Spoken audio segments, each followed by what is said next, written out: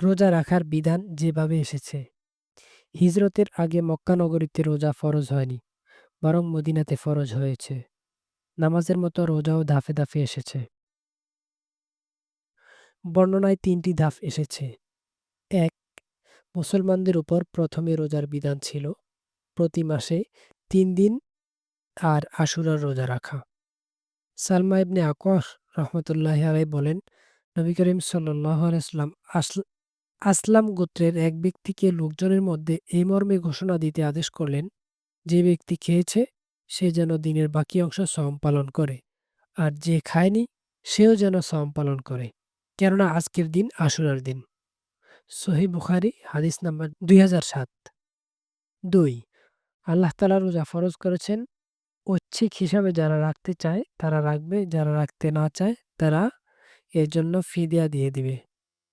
সালামা ইবনে আকওয়া রাদিয়াল্লাহু তাআলা থেকে বর্ণিত, তিনি বলেন, যারা রোজা রাখতে সক্ষম অথচ রোজা রাখতে চান না, তারা ফিদিয়া হিসাবে একজন মিসকিনকে খাদ্য দান করবে। যখন এ আয়াত অবতীর্ণ হলো, কেউ যদি রমজানের রোজা রাখতে না চাইতো সে ফিদিয়া আদায় করে দিত। অতঃপর এর পরবর্তী আয়াত অবতীর্ণ হলো, তা পূর্ববর্তী আয়াতের হুকুমকে মানসুখ বা রহিত করে দিল। সহিহ মুসলিম হাদিস নাম্বার 2575। ৩.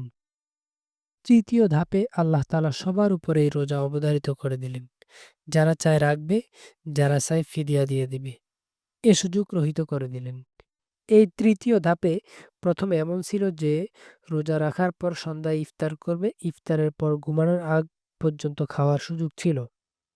যদি কেউ ঘুমিয়ে পড়ে তাহলে তার আর খাওয়ার সুযোগ নেই। এরপর এই বিধান রহিত হয়ে যায় এবং রাতে ঘুমানোর পর সাহরির বিধান চালু করা হয়, যা বর্তমানে প্রচলিত। বারা রহমতুল্লাহি আলাইহি বলেন, মুহাম্মদ সাল্লাল্লাহু আলাইহি ওয়াসাল্লামের সাহাবীদের অবস্থা এই ছিল যে যদি তাদের কেউ রোজা রাখতেন তাহলে ইফতারের সময় হলে ইফতার না করে নিদ্রা গেলে সে রাতে এবং পরের দিন সন্ধ্যা পর্যন্ত কিছুই খেতেন না। পরবর্তী সময়ে কুরআনের এই আয়াত অবতীর্ণ হয়, রোজার রাতে তোমাদের স্ত্রী সম্ভোগ হালাল করা হয়েছে। সূরা বাকারা আয়াত নম্বর 187। এ হুকুম সম্পর্কে অবহিত হয়ে সাহাবারা খুশি হলেন। এরপর নাজিল হলো, আর তোমরা পানাহার করো যতক্ষণ না কালো রেখা থেকে ভোরের সাদা রেখা পরিষ্কার দেখা যায়। সহিহ বুখারী হাদিস নাম্বার 1915।